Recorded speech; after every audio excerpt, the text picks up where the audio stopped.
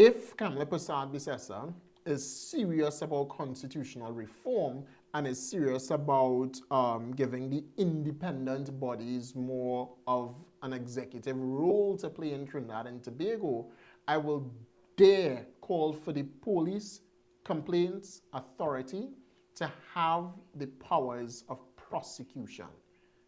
Important.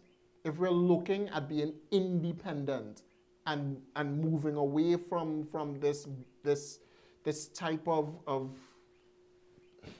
power-driven people that we have in Trinidad, where a president is just appointed by the ruling party and does what the ruling party say, and the whole fiasco with the Police Service Commission and the appointment of a commissioner of police. If we dare to move forward, we need to look at prosecuting powers for the Police Complaints Authority.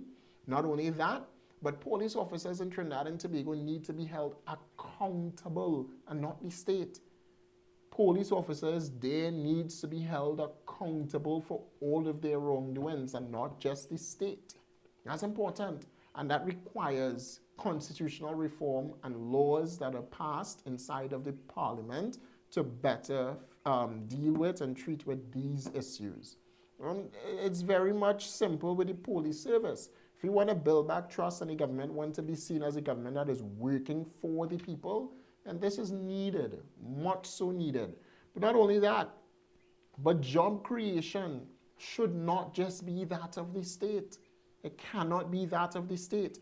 It is Kamla Persad Bissessar, and it's under, you would have stated this, Kamla Persad Bissessar, that what Trinidad and Tobago needs is private sector development in Trinidad and Tobago to allow for job creations and sustainability.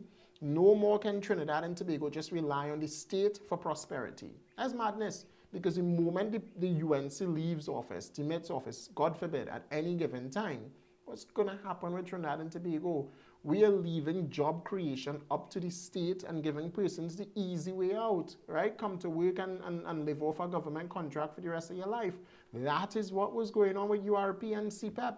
That is what is being shut down today. And if that is what is being shut down, then government needs to be able to step in and assist the private sector in developing Trinidad and Tobago and looking at a more privatized economy where we could flourish a little bit more, because so far we under oil and gas and we dependent on oil and gas, and we're asking for diversification. And if we seek to diversify Trinidad and Tobago's economy and diversify Trinidad and Tobago's politics, then this is what is needed. But it's left to be seen. Constitutional reform is needed.